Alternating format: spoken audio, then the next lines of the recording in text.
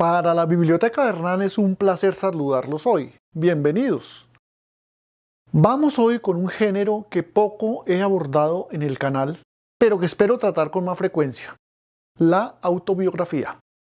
Se trata de una persona a la que la humanidad le debe mucho. Es Elizabeth Kubler-Ross y su libro La Rueda de la Vida. Fue publicado originalmente en inglés en 1997 y en español está publicado por Random House en el 2019, esta edición que tengo.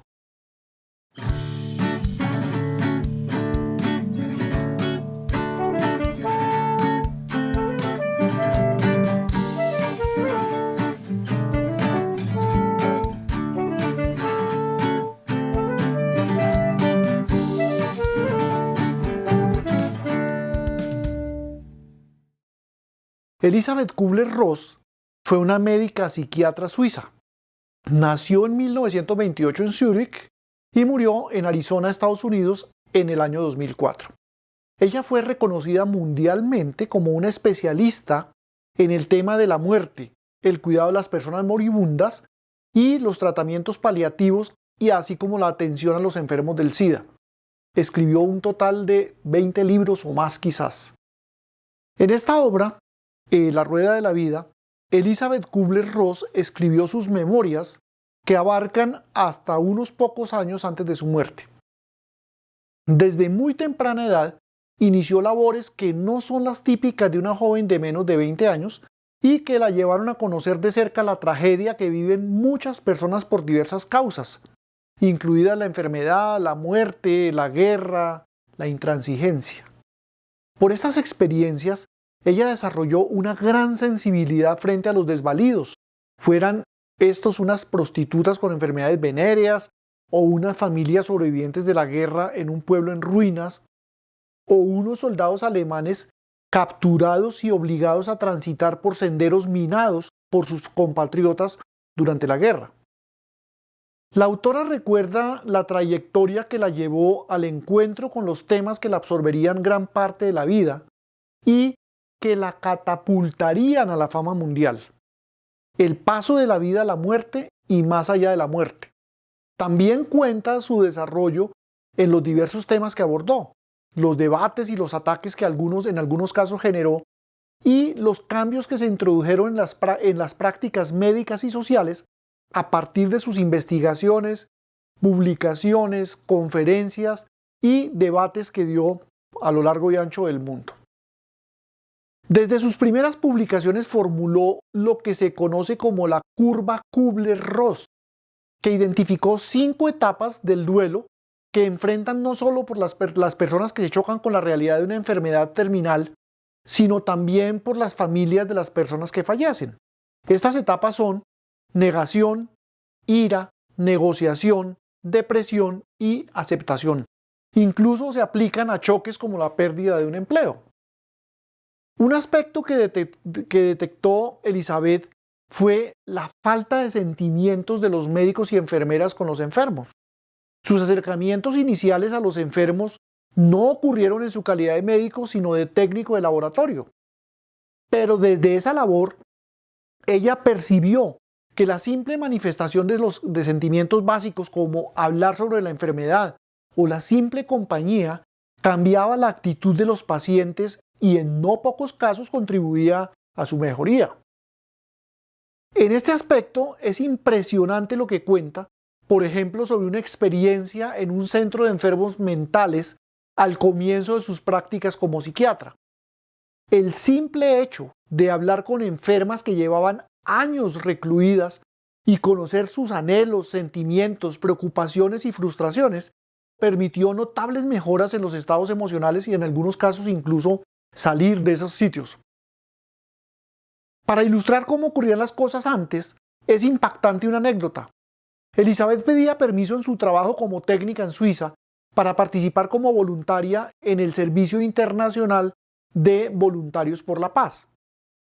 Estando en Polonia, devastada por la Segunda Guerra Mundial, acompañó a una campesina en una caminata de 30 kilómetros para llevar al hospital a un niño, que era el único sobreviviente de 13 que tuvo, pues los otros 12, igual que el esposo, murieron en los hornos de gas en un campo de concentración nazi. La primera actitud del médico fue negarse a atenderlo porque parecía muy grave y no valía la pena hacer un esfuerzo alguno. Kübler-Ross amenazó con armar un escándalo mundial por la falta de compasión de los médicos polacos. El médico a regañadientes aceptó recibirlo y les dijo que volvieran en 3 semanas. Es decir, no había visitas de los parientes y se desconocía el impacto emocional que esa relación podía tener. Aún así, en este caso particular, este niño sobrevivió. Hasta hace unas pocas décadas, los enfermos terminales eran aislados. La relación médico-paciente era distante y los pacientes moribundos no existían. Para la mente de un médico, la muerte significaba un fracaso. Se ocultaba al paciente su inminente muerte y era raro el uso de medicamentos para amortiguar los dolores que sufrían en los últimos días de vida. Siguiendo estas pautas, las familias tampoco enfrentaban la situación. Pero los cambios de actitud de médicos, familiares y amigos, pues hacían que la persona se diera cuenta, los moribundos se dieran cuenta de que estaban en una situación terminal. Y ese misterio, esa aparente indiferencia, contribuía a hacer más tortuoso el tránsito a la muerte y generaba ira y resentimiento en los pacientes. Todo eso cambió por Elisabeth Kübler-Ross. Hoy en día es común que los médicos informen a los pacientes sobre su situación real. De igual forma, los servicios médicos brindan a los pacientes desahuciados los cuidados paliativos que hacen que la transición de la vida a la muerte sea menos dolorosa y más digna. Y los pacientes y las familias tienen orientación profesional para entender y sobrellevar este proceso.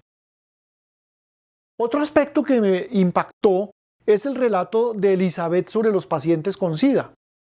Cuando se empezó a manifestar esta enfermedad como una epidemia, hubo un rechazo general de la sociedad, en gran parte por la ignorancia sobre las causas y los mecanismos de transmisión, y en particular porque los más afectados pues eran los homosexuales. Entre los grandes damnificados de esta situación estuvieron los niños. Cuenta Elisabeth el caso de un niño infectado con SIDA que fue abandonado en una caja de zapatos en Boston. Fue recogido, llevado a un hospital en el que fue colocado en una cuna y escasamente le daban alimentación. Al cabo de 2 años, el niño no sabía caminar ni hablar, pues nadie se dignaba a tratarlo como un ser humano. Nadie le brindaba afecto. Ella consiguió que una pareja lo adoptara, pero prácticamente le tocó sacar secuestrado al bebé del hospital y amenazar a esa institución con un escándalo por los medios si no permitían los trámites legales de adopción. Es igualmente inaudito que ciudadanos de Estados Unidos incendiaran en 1994 la granja de Elizabeth en un pueblo de Virginia como consecuencia de su intención de poner en ese sitio un centro de adopción de bebés infectados por SIDA. La participación de la comunidad, la percepción que la comunidad tenía era que les iba a infectar toda la región. Es una percepción totalmente equivocada. Otro tema que abordó la autora es el de la muerte después de la muerte, con fundamento en la vivencia de más de 20.000 pacientes que murieron, entre comillas, y volvieron a la vida. Este es un tema considerado místico y fuente de grandes debates que le valieron el rechazo de muchos académicos. En este libro, ella expone sus ideas y sus convicciones.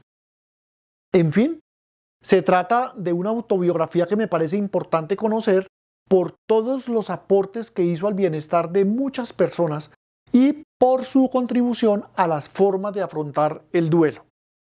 Su vida me parece que es un ejemplo que marca la senda sobre muchas cosas que aún hay que mejorar, comenzando por los servicios médicos que siguen siendo en muchos casos carentes de la dimensión humana que deberían tener. Ella misma curiosamente lo experimentó y lo denunció en la fase final de su vida. Ella decía que el mejor servicio que un médico puede prestar a un enfermo es ser una persona amable, atenta, cariñosa y sensible. Con estos comentarios termina nuestra sesión de hoy de la Biblioteca de Hernán. Me despido con la habitual invitación a darle like al video si ha sido de su gusto. Además, les recuerdo seleccionar la opción de actualización de las novedades del canal y a enviar sus comentarios. Hasta pronto, felices lecturas.